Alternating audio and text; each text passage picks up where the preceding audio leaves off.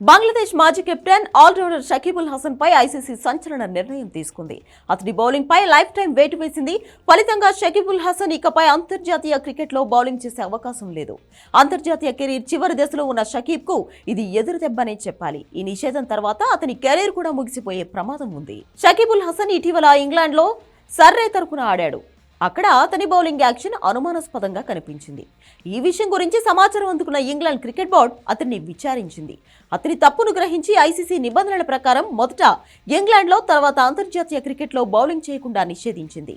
ACB నిర్ణయం గురించి మొదట బంగ్లాదేశ్ క్రికెట్ బోర్డుకి తెలియజేసింది. ఆ తర్వాత షకీబ్ పై నిషేధాన్ని బహిరంగపరిచింది. నిషేధం తర్వాత షకీబ్ అంతర్జాతీయ క్రికెట్తో పాటు బంగ్లాదేశ్ వెలుపల ఏ దేశవాళీ టోర్నీలో బౌలింగ్ చేయలేదు. ఇటీవల బంగ్లాదేశ్లో హింసాకాండ తర్వాత అధికార మార్పిడి జరిగింది.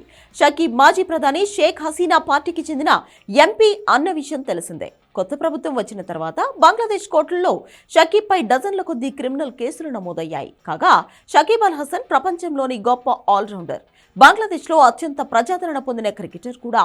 దేశంలో క్రికెట్ను ముందుకు తీసుకెళ్లడంలో అతని సహకారం ఎంత ఉంది. 2006లో అంతర్జాతీయ క్రికెట్లోకి అరంగేట్రం చేసిన షకీబుల్ 71 టెస్టులు, 247 వన్డేలు, 129 టీ20 మ్యాచ్లు ఆడాడు.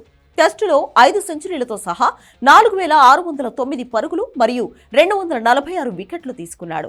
వన్డేల్లో 7570 పరుగులు మరియు 9 సెంచరీలతో సహా 317 వికెట్లు పడగొట్టాడు.